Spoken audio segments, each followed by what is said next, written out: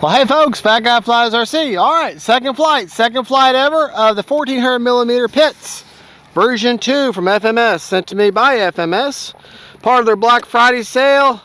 I don't know if I have this video out in time for the Black Friday sale, but we're going to fly it anyways. Motor ready. Right, that's Black Friday 2025. Right, left, up, down, right, left. Flying in my high range, timer set for 7.5 minutes. Okay. Here we go. Get turn around here.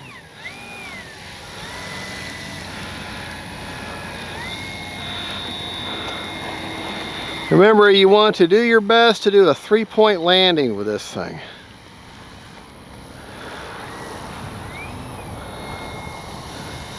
That's about the only way you're going to be able to negate the bounce. All right. Here we go. And stock setup. I don't have a special prop or any kind of stuff. I haven't even modded the plane in any way, shape, or form. Haven't even given her a clear coat. Just the way she is out of the box. Other than I've given her some, put some zip ties on the end of the aileron connections.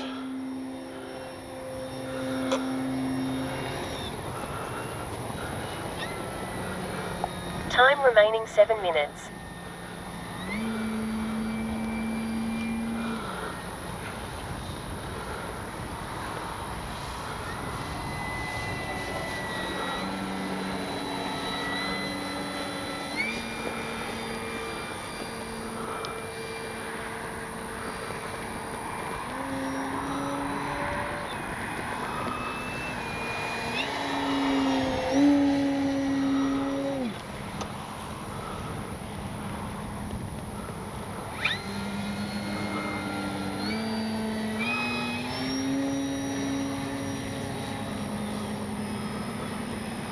A little bit of a knife edge there.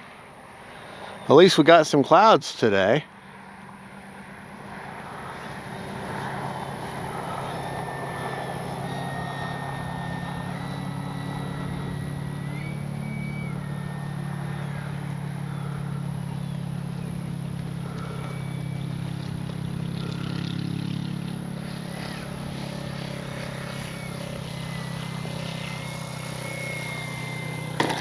Time remaining 6 minutes. Little tap and go there.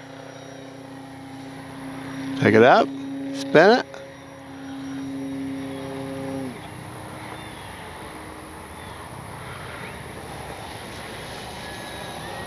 Take it out. Tail slide.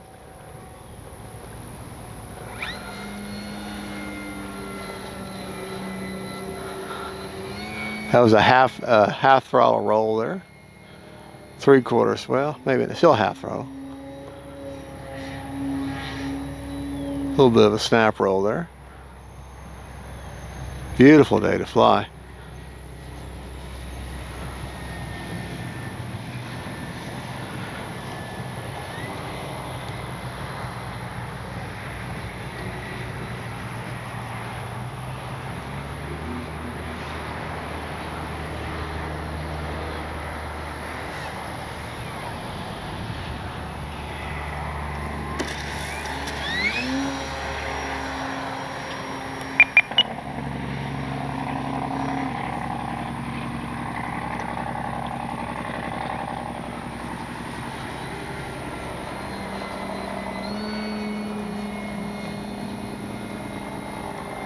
Time remaining 5 minutes.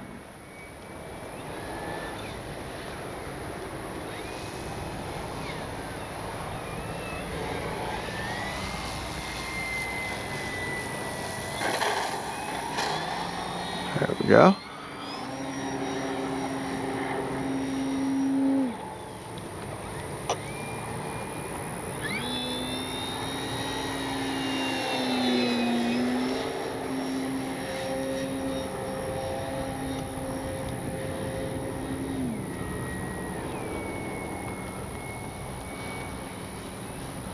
Like I say, this is entirely stock setup now. Haven't really done anything other than put zip tie on the aileron connections on all 4 of them.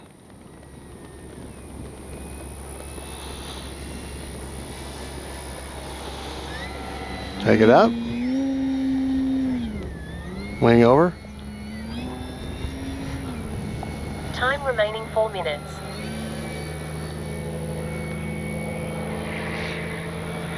Alright, let's actually get a landing this time.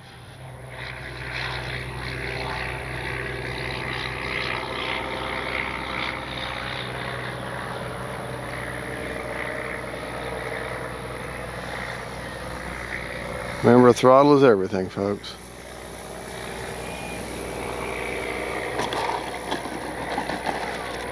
Alright.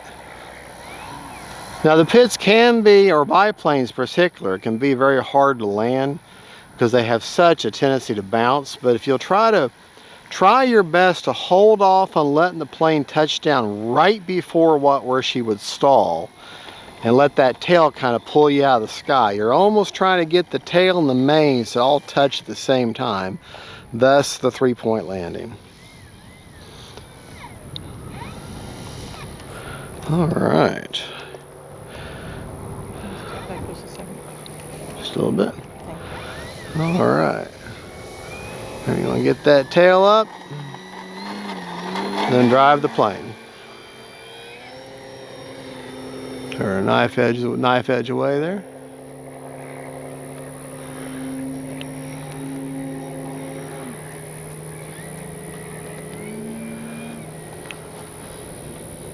Time remaining 3 minutes.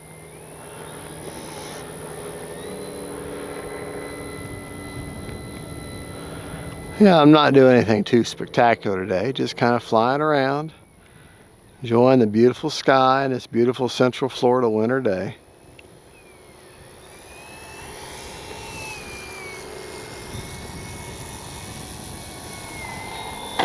Well, see, I let the mains touch first, and now I got that bounce.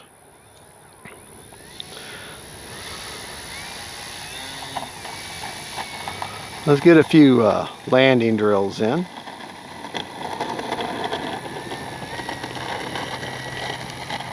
I do have AS3X Plus on board, just so you're aware.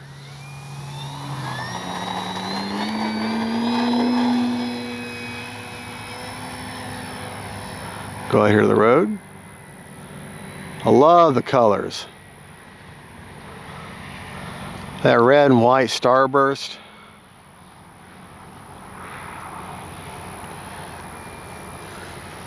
Looks so good. Time remaining 2 minutes. Looks so good in the sky.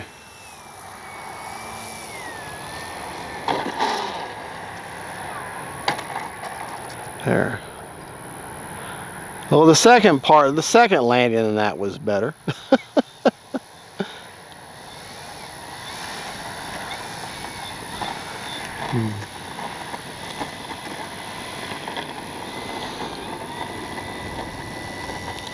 Let's go out here, get some grass ops in.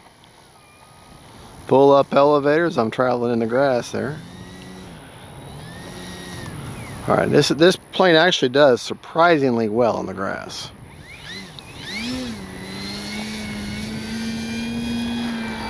There you go.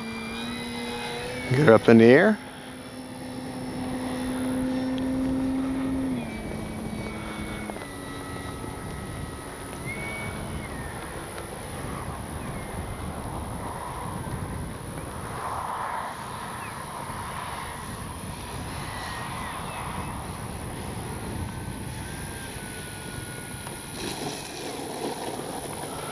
All right.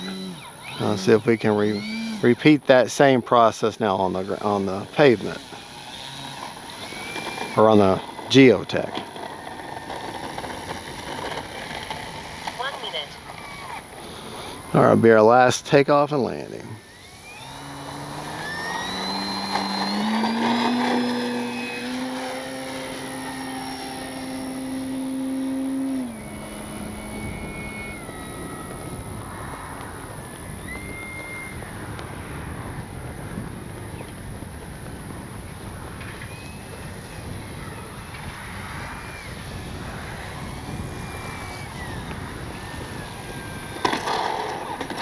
Well, not too bad.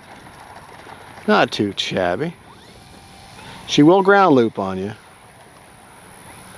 Gotta stay on that rudder. Honey, if you would, for a real quick pan off to your right and show them the cross breeze that we're dealing with right now.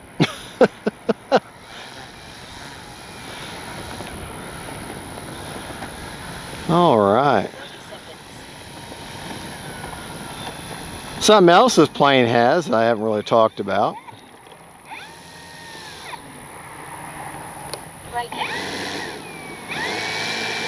Has reverse thrust.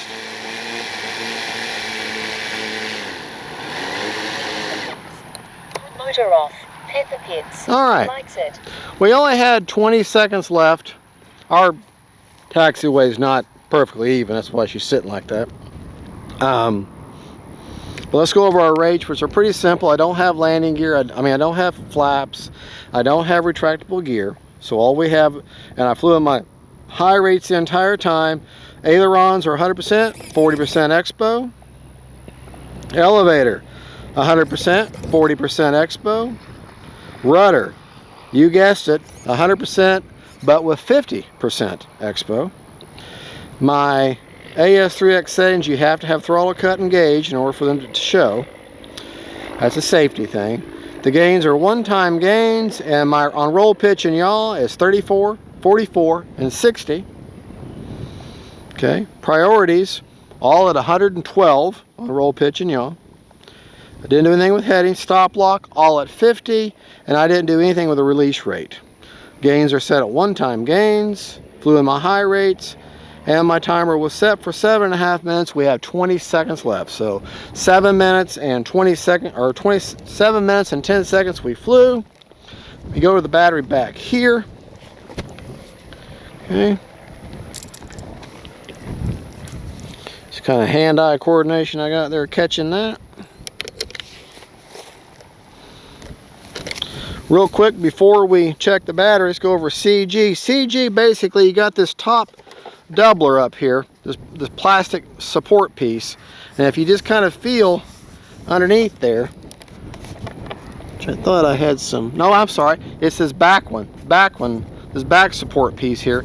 You kind of just go straight out from those bolts, wing bolts, and just straight out and just a little bit back, and that gives her seat. Now I've got her a little bit on the nose heavy side right now on purpose because of this wind today. I got a 5200 SMC HCL regular LiPo. They're a new version of those. And this is a must mod. I forgot about this mod because I just take it for granted. You've got to put some sort of at least an inch, inch and a half block at the end of the tongue part of the battery hatch. Otherwise, after several flights, your battery is going to come sliding back out of that tray, and you're going to have a dramatic shift and center of gravity, and you're going to have a very, very bad day. So let's pull our battery out of that tray, and I'll tell you why. That battery slides very easily, and it's already sitting at a downward angle. But the only thing that holds this battery in on this tray, if you look, focus on the corner there. There's two little plastic nipple structures on either side of this. Okay, on both sides of this tray here. Okay, as this tray slides in and out over time, those little plastic nubs there, they wear down and they don't grip anymore. And the next thing you know, you're up there doing some sort of flipping around and everything, and this 4-pound battery suddenly slides back to the back of your plane, and now you're having you can understand why that would throw you off so badly. You have that much of a dramatic shift in center of gravity, and well, you now have a pile of foam somewhere in the field. Not bad. We have 70% left after flying almost 7.5 minutes, but we're not going to go up again. But I put, to get that CG, I've got that right on the very end of the tray and sliding all the way in.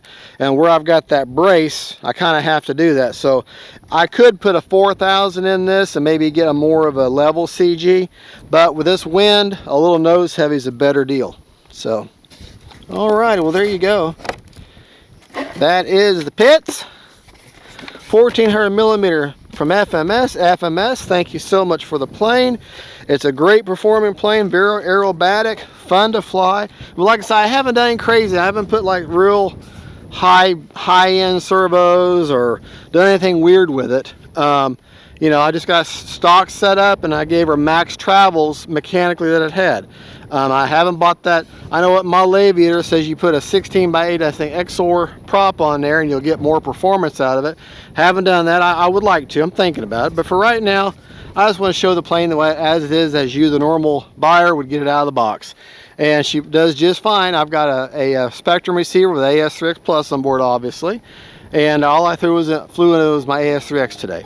Well, thank you so much for watching. God bless y'all. God is good. And don't forget, folks, faith, family, and friends, baby, thank you for filming. And this is the PITTS, FMS PITTS 1400mm version 2. See y'all later. Bye-bye.